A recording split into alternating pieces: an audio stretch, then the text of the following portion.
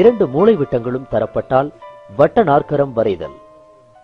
AB சமம் 4 centimetre, BC சமம் 2.6 centimetre, AC சமம் 5.5 சென்டிமீட்டர் மற்றும் BD சமம் 5.8 சென்டிமீட்டர் அளவுள்ள ABCD என்ற வட்ட நாற்கரம் வரையும் முறையினை காண்போம். முதலில் மாதிரி படத்தினை வரைந்து அதில் கொடுக்கப்பட்ட அளவுகளை குறித்துக் கொள்ளவும்.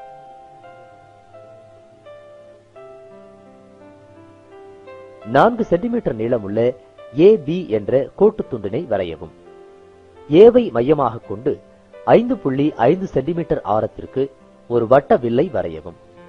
இதேபோல் B ஐ மையமாக கொண்டு 2.6 சென்டிமீட்டர் ஆரத்திற்கு ஒரு வட்ட வில்லை வரையவும். இது முதல் வட்ட வில்லை வெட்டும் புள்ளியை C என குறிக்கவும். BC, AC இவற்றை இணைக்கவும். AB, BC யின் மையக்குத்து கோடுகளை வரையவும்.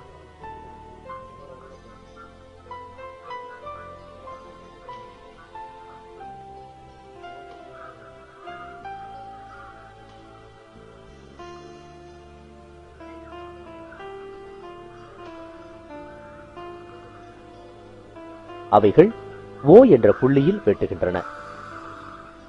O வை மையமாகவும் OA அல்லது OB அல்லது OC ஐ ஆரமாகவும் கொண்டு ஒரு வட்டம் வரையவும்.